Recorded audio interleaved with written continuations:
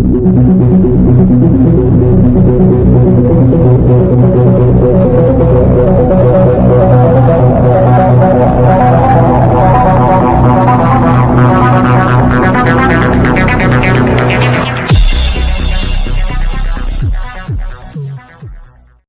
పరిస్థితి, job calendar ఎక్కడ, జాబులు ఎక్కడ? జగన్ డౌన్ డౌన్ అసమర్థ ముఖ్యమంత్రి, జాబ్ క్యాలెండర్ ఇవ్వాలని ముఖ్యమంత్రి వెంటనే, జనవరి 1 జాబ్ క్యాలెండర్ ఇవ్వాలని ముఖ్యమంత్రి వెంటనే.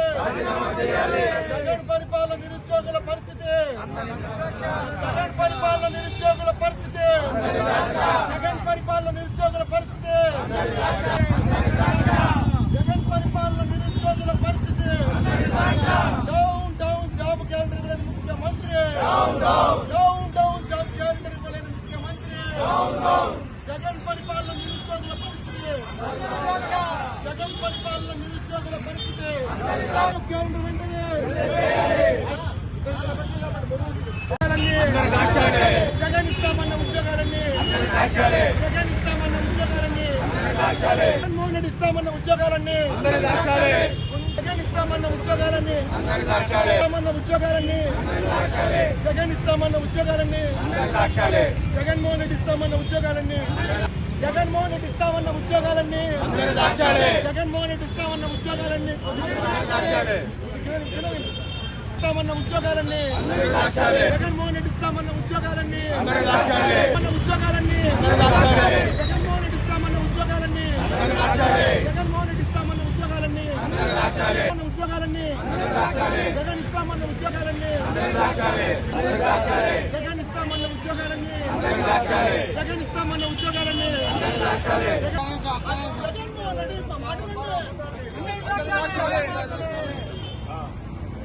జగన్మోహన్ రెడ్డి జగన్మోహన్ రెడ్డి ఉద్యోగాలన్నీ, జగన్మోహన్ రెడ్డి ఉద్యోగాలన్నీ, జగన్మోహన్ రెడ్డి ఉద్యోగాలన్నీ, జగన్మోహన్ రెడ్డి ఉద్యోగాలన్నీ, జగన్మోహన్ రెడ్డి ఉద్యోగాలన్నీ, జగన్మోహన్ రెడ్డి ఉద్యోగాలన్నీ, జగన్మోహన్ రెడ్డి నోటిఫికేషన్ అన్ని, జగన్మోహన్ రెడ్డి ఉద్యోగాలన్నీ, జగన్మోహన్ రెడ్డి ఉద్యోగాలన్నీ, జగన్మోహన్ రెడ్డి ఉద్యోగాలన్నీ, జగన్మోహన్ రెడ్డి ఉద్యోగాలన్నీ. అధికారంలో రావడం కోసం ఆ రోజు ప్రతిపక్ష హోదాలో ఉన్నప్పుడు నేను మరి అధికారంలోకి వస్తే నిరుద్యోగ యువతకు పర్మనెంట్ ఉద్యోగాలు తీస్తాను, పెద్ద ఎత్తున తీస్తానని చెప్పి ప్రగల్భాలు పలికిన ఈ ముఖ్యమంత్రి జగన్మోహన్ రెడ్డి మరి తీరా అధికారంలోకి వచ్చిన తర్వాత నోటిఫికేషన్ అంటే అదేంటని అడుగుతున్నాడు. అంత వెటకారం అయిపోయింది నిరుద్యోగుల జీవితాలంటే. దాదాపుగా మరి చూసుకుంటే ఉద్యోగాల యొక్క మరి వాళ్ళ నిరాశతో 1345 మంది ఆత్మహత్యలు చేసుకున్న నిరుద్యోగులు కేవలం బీసీ, ఎస్సీ, ఎస్టీ, మైనార్టీ వర్గాలకు చెందిన వారంటే మరి ఎంత దారుణంగా ఉందో. బడుగు బలహీనుల జీవితాలంటే మరి జగన్మోహన్ రెడ్డికి హాస్యాస్పదం అయిపోయింది. మేము ఒకటే చెప్తున్నాం, జగన్మోహన్ రెడ్డి నువ్వు ఏ విధంగా అయితే ఉద్యోగాలని ఈ విధంగా అందని ద్రాక్షాల్లాగా చేశావో అలానే రాబోయే ఎన్నికల్లో ప్రజల ఓట్లు కూడా మీకు అందని ద్రాక్షాలుగా మిగిలిపోతాయని చెప్పి, కాబట్టి ఒకటే చెప్తున్నాం, ఈ యొక్క రాబోయే ఎన్నికలకి ఒక 60 రోజులు ఉన్న తరుణంలో ఇప్పుడైనా సరే యుద్ధ ప్రాతిపదికన ఉద్యోగాలు తీసి అపాయింట్మెంట్లు ఎన్నికలకు ముందు ఇవ్వగలిగితేనే నిరుద్యోగులు మరి నీ పక్షాన ఉండడానికి ముందుకొస్తారు.